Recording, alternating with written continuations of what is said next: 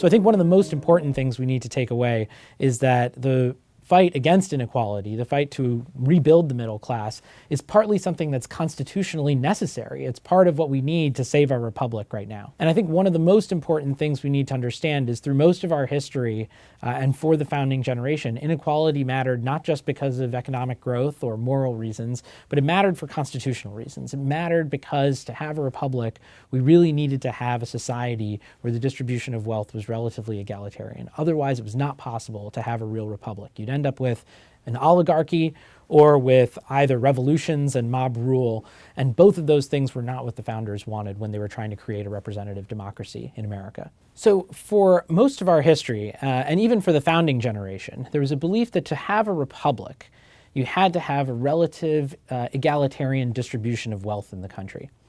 And the reason for this is that a republic is just a representative democracy. And if you have an imbalance in wealth, you would end up with some sort of oligarchy if the rich have control over government, and the rich will then try to oppress the poor. Or you'll have the poor who will revolt and try to confiscate the wealth of the rich. And this will just lead to conflict, instability, violence, and revolutions.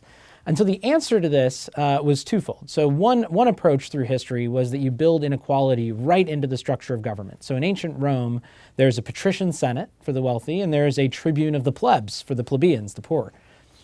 Our system doesn't have anything like that. And the reason was the founders looked around and saw that we were the most egalitarian country in the history of the world.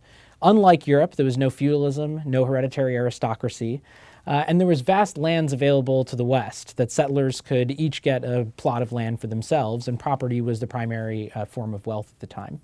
So with this understanding, they thought that America was extremely egalitarian and therefore didn't need the kinds of designs in the Constitution that other societies had had to check the powers of the rich and the poor and prevent the kind of instability that had existed for so long. So this is the challenge, is our system was designed for a set of economic conditions that were relatively egalitarian for the time.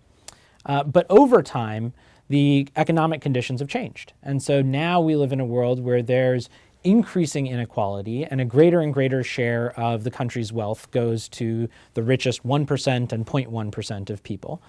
And what that means is that the wealthiest people in the country are able to convert their economic power into political power. They have more influence in government, and that influence means that the kinds of policies the government takes on often tend to support those people.